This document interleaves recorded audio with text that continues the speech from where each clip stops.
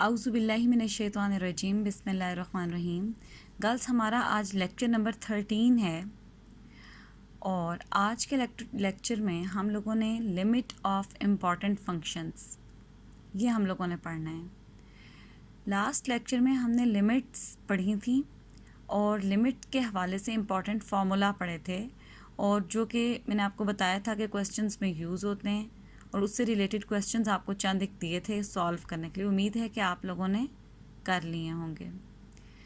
अच्छा गर्ल्स, अब मज़ीद हम लिमिट ही के कॉन्सेप्ट को आगे लेके चलते हैं। तो इसमें गर्ल्स आप लोग देखें कि बाज़ दफ़ा ऐसा होता है कि हमारे पास कोई फंक्शन इस टाइप का है कि जब हम उस पर लिमिट अप्लाई करते हैं तो वो फंक्शन 0/0 की फॉर्म में कन्वर्ट हो जाता है। ठीक है, उस सूरत में आप लोगों ने ये करना है कि अगर आप कोई भी फंक्शन दिया हुआ है, जैसे फॉर एग्ज़ाम्पल यहाँ पे आपको ये दिया हुआ limit x approach to a x raise to power n minus a raise to power n divided by x minus a। अब अगर आप इसमें x approach to a apply कर देते हो तो न्यूमरेटर में आ जाएगा a raise to power n minus a raise to power n यानी 0 और डिनोमिनेटर में आ जाएगा a minus a that is also equal to 0, यानी ये लिमिट 0/0 की फॉर्म में है। ठीक है, ये जो 0/0 फॉर्म है इसको हम कहते हैं 0/0 फॉर्म में होने का मतलब है कि ये लिमिट जो है ये हमारे पास फाइंड आउट नहीं हो पाई। ठीक है, इसे हम इनडिटर्मिनेट फॉर्म कहते हैं।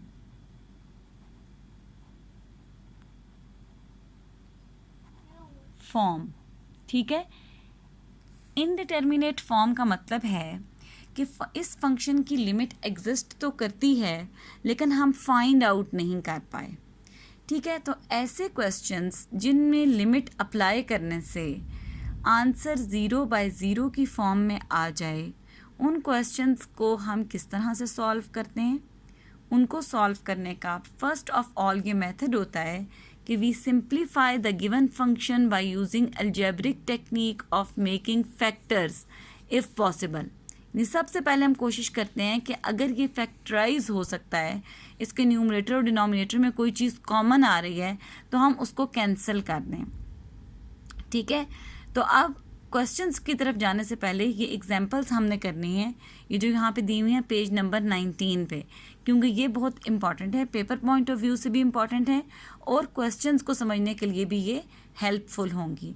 तो आप इस तरह से करें कि आप सब लोग अपनी बुक्स निकाल लें और बुक का पेज नंबर 19 जो है वो आप लोग निकाल लें।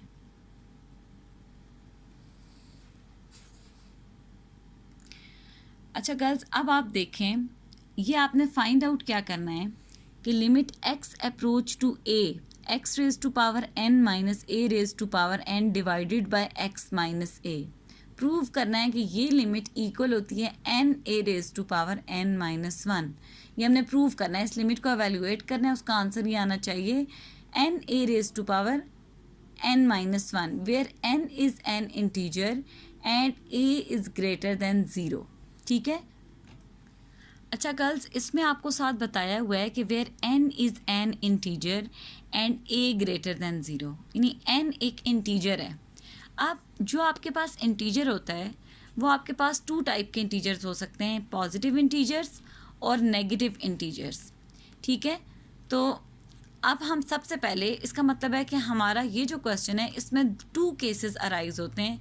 केस 1 हम लोग लेंगे when n is positive integer, उस सूरत में लिमिट क्या आती है, और केस 2 हम लेंगे when n is a negative integer. तो फर्स्ट केस हम ले लेते हैं, case 1, suppose that n is a positive integer, यानी n हमारे पास एक पॉजिटिव इंटीजर है। यानी पॉजिटिव इंटीजर्स क्या होते हैं, 1 2 3 4 5 एंड सो ऑन। ठीक है, अब आप सबसे पहले देखें by substituting x equal to a we get 0/0 form. वो हमने पहले भी देखा है कि मैं अगर यहाँ पे लिमिट डायरेक्ट अप्लाई कर दूँ तो न्यूमरेटर और डिनोमिनेटर में 0 आ जाता है। So we make the factors as follows. अच्छा, फैक्टर्स बनाने के लिए हम x raise to power n minus a raise to power n, इसका फॉर्मूला देखते हैं कि क्या होता है। गर्ल्स, आप लोग फेमिलियर हैं X square minus A square, जो आप आमतौर पे यूज़ करते हैं A square minus B square का फार्मूला। ठीक है, A cube minus B cube, इसका फार्मूला भी आप लोग यूज़ करते हैं। तो अगर x raise to power N minus A raise to power N आ जाए तो ये इक्वल होता है एक्स माइनस ए, यानी एक फैक्टर होगा एक्स माइनस ए, दूसरा फैक्टर क्या होगा, अब एक्स की पावर्स कम होती जाएंगी, यानी अगर एक्स की पावर यहाँ पे एन है क्वेश्चन में, तो x की पावर n-1 से स्टार्ट होगा, हर फैक्टर में n की पावर कम होती जाएगी, n-1 फिर n-2, n-2 के बाद ये आपके पास असल में बनता है n-3 plus up to so on, और लास्ट वाले में x की पावर 0 आ रही है। अच्छा, a की पावर स्टार्ट में 0 होगी, यानी a raise to power 0 is equal to 1, इसलिए नहीं लिखा हुआ। फिर a raise to power 1 next factor में नेक्स्ट जो इसकी टर्म है उसमें a स्क्वायर, फिर a cube and so on so forth. a की पावर आपके पास लास्ट में आ जाती है a की पावर n-1, ठीक है। अच्छा गर्ल्स, अब देखें एक फैक्टर इसका बन गया x माइनस ए, यानी मैंने ये x raise to power n minus A raise to power n, ये वाली value x raise to power n minus A raise to power n की जगह पुट कर दी, ठीक है। अब x माइनस ए और x माइनस ए एक दूसरे के साथ कैंसिल हो जाएंगे, आपके पास सिर्फ ये ऊपर वाली वैल्यू जो है वो रह जाएगी, ठीक है।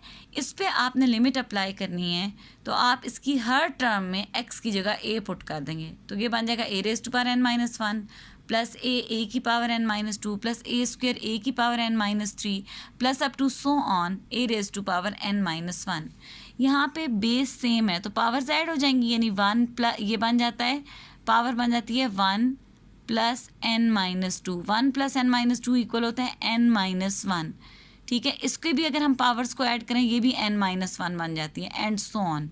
तो अब टोटल हमारे पास ये जो a raise to power n-1, a raise to power n-1, a raise to power n-1 up to so on a raise to power n-1 आ रहे हैं, ये टोटल n दफ़ा आ रहे हैं, तो आपके पास इक्वल आ जाएगा n a की पावर n-1। तो ये आपके पास लिमिट जो है वो फाइंड आउट हो जाएगी कि limit x approach to a x raise to power n minus a raise to power n divided by x minus a is equal to n a की पावर n-1। ये हमने proof तब किया है when n is a positive integer. Girls, अब हम case 2 की तरफ मूव करते हैं।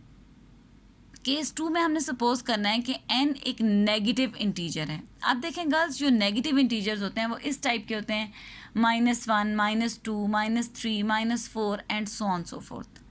और वो किस टाइप के बने, किस तरह से बने हुए होते हैं। -1 का मतलब है माइनस का निशान और साथ 1। अच्छा, 1 इटसेल्फ एक पॉजिटिव इंटीजर है, इसका मतलब है हर नेगेटिव इंटीजर इस तरह से बना हुआ है कि एक माइनस का निशान है और साथ पॉजिटिव इंटीजर लगा हुआ है।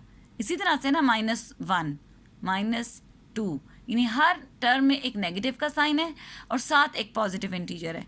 तो हम ये सपोज कर लेते हैं कि n is equal to -m where m is a positive integer, ठीक है।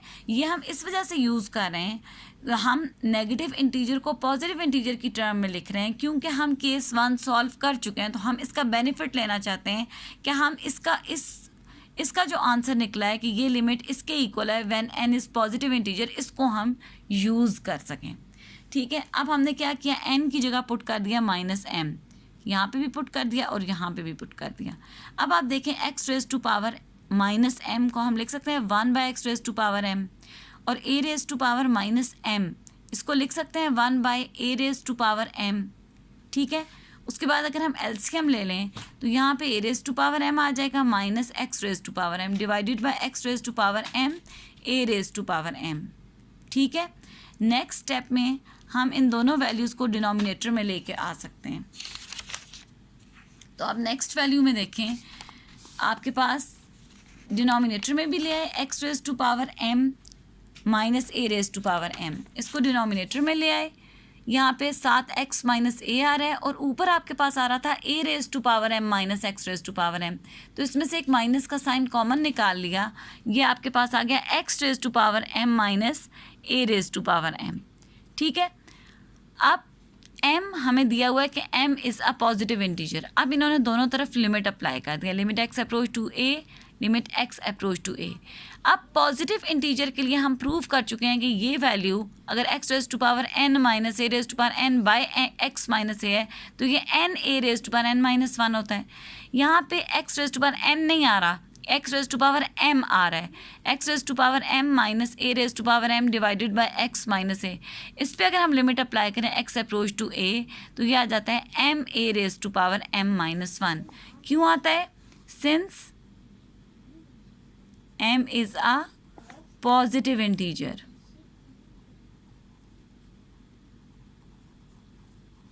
क्योंकि m एक पॉजिटिव इंटीजर है इसलिए हम केस 1 इसमें यूज़ कर सकते हैं और इसको लिख सकते हैं m a की पावर m माइनस वन। बाकी ये जो वैल्यू है इस पर अगर हम लिमिट अप्लाई भी कर दें तो ये 0/0 की फॉर्म में चेंज नहीं हो सकती, इसलिए यहाँ पे पुट कर दिया -1 by a raise to power m a raise to power m, यानी एक्स की जगह भी ए पुट कर दिया और एक a raise to power m वैसे ही मौजूद था। जब इसको सॉल्व किया तो आप देख सकते हैं a raise to power m denominator में आ रहा है और a raise to power m आ रहा है। तो अगर हम इसको मैं साइड पे ये लिख देती हूँ step -1 by a raise to power 2m, क्योंकि m plus m equal to 2m बनता है m, ठीक है। साथ हम लिख देते हैं -1 बाय, ठीक है, साथ हम लिख देते हैं m a की पावर m माइनस वन। फिर आप ए रेज टू पावर 2m, क्योंकि बेस सेम है, ये भी a है और ये भी a है, हम इसको ऊपर ले जाते हैं, ये बन जाता है -1, बल्कि -m ही बन गया, a की power -2m plus m minus one, ठीक है। और -2m प्लस m ये आपके पास बन जाता है -m a की पावर -m माइनस वन।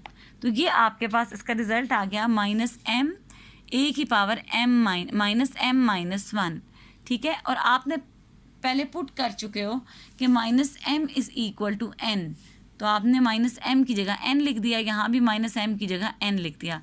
तो ये लिमिट प्रूव हो गई कि limit x approach to a x raise to power n minus a raise to power n divided by x minus a is equal to n a raise to power n minus one, ठीक है। इसका मतलब है कि ये limit दोनों सूरतों में प्रूव हो रही है, हम n को पॉजिटिव इंटीजर ले लें या हम n को नेगेटिव इंटीजर ले लें, ठीक है गर्ल्स। तो ये एक हमारा रिज़ल्ट जो है वो लिमिट का, ये बहुत इंपॉर्टेंट रिज़ल्ट है, पेपर में आ सकता है, इवन के यूँ भी आ जाता है कि बाज़-औक़ात वो आपको एक केस दे देते हैं, कह देते हैं where n is positive integer, तो आपने सिर्फ केस 1 सॉल्व करना होगा।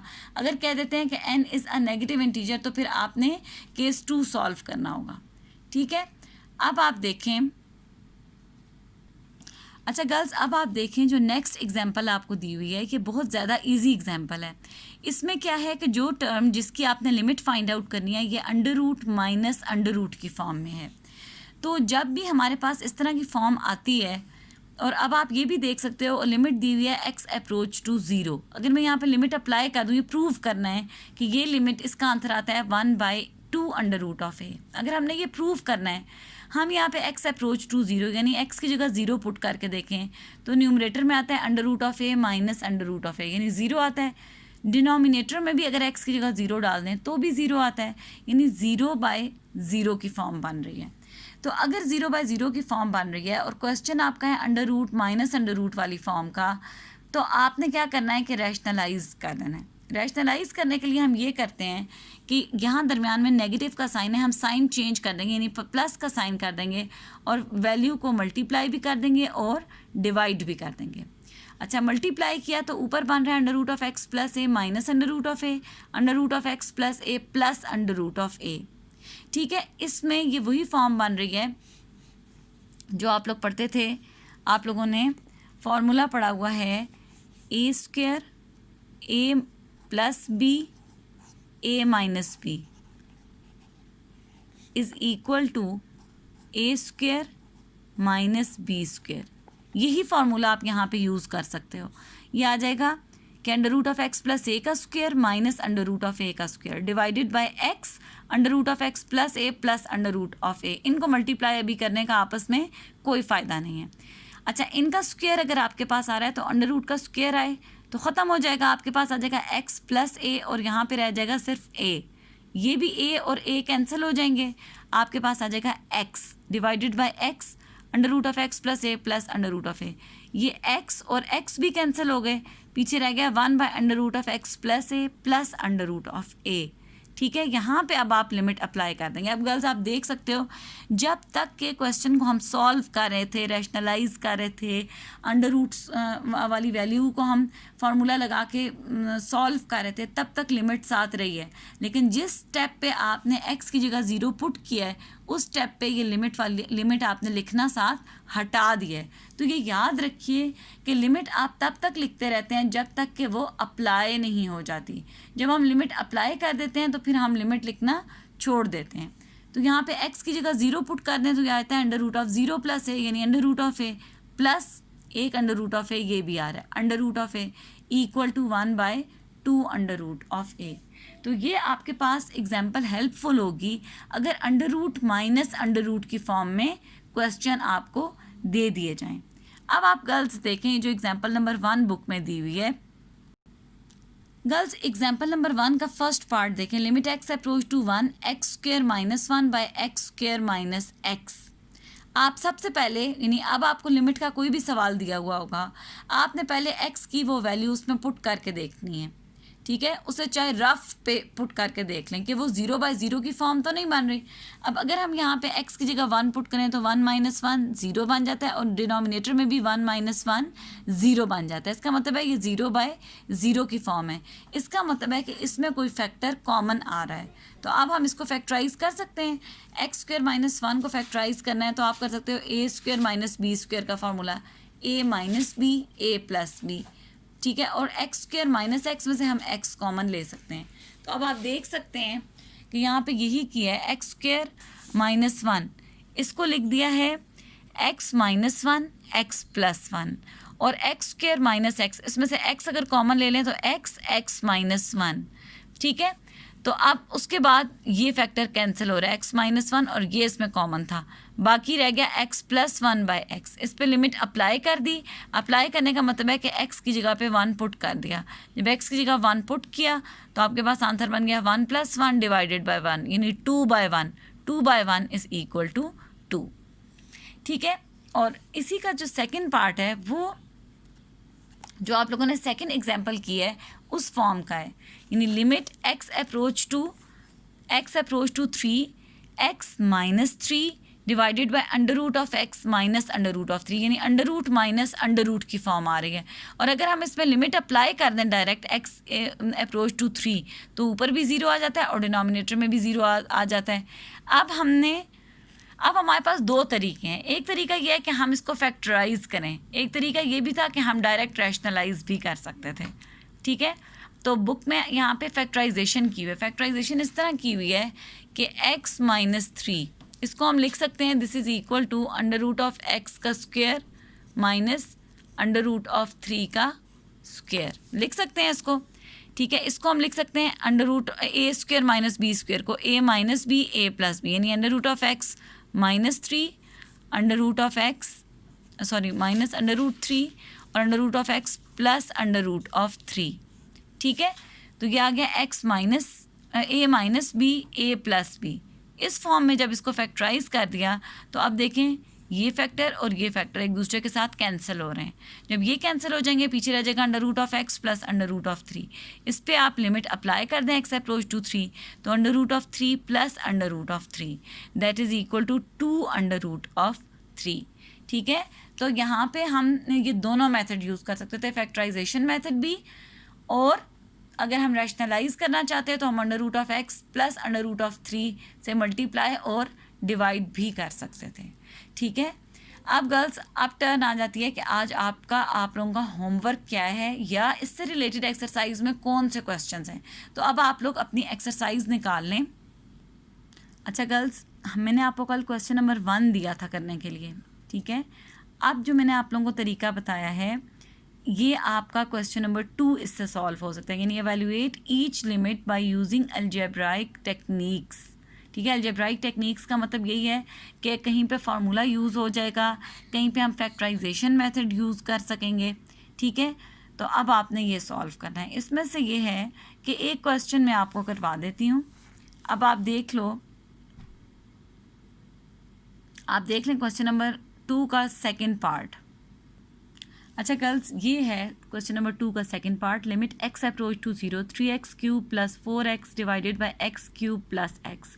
अगर हम डायरेक्ट उस पर लिमिट अप्लाई कर दें तो ऊपर बन जाता है 0 प्लस 0 यानी 0, और डिनोमिनेटर में भी आप देख सकते हो 0 प्लस 0 यानी 0, यानी ये क्वेश्चन 0/0 की फॉर्म में है। इस क्वेश्चन को सॉल्व करने के लिए हमने जो चीज़ कॉमन आ सकती है वो कॉमन ले लेनी है। तो जब तक हम इसको सिंप्लीफाई कर रहे हैं और लिमिट अप्लाई नहीं कर रहे, तब तक जो वैल्यू जो भी हम जो है साथ लिमिट को लिखते रहेंगे जब तक हम अप्लाई नहीं कर रहे। अब देखें यहाँ पे x कॉमन आ रहा है न्यूमरेटर से,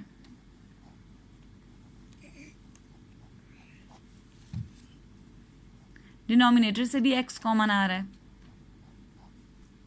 ठीक है। अब x और x कैंसिल हो सकते हैं, हम लिख सकते हैं limit x approach to 0 3x square plus 4 by x plus 1।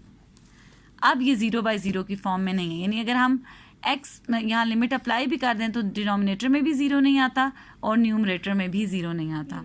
तो हम यहाँ पे अब लिमिट अप्लाई कर देते हैं। 3 मल्टीप्लाई बाय 0 का square plus 4 divided by 0 plus 1।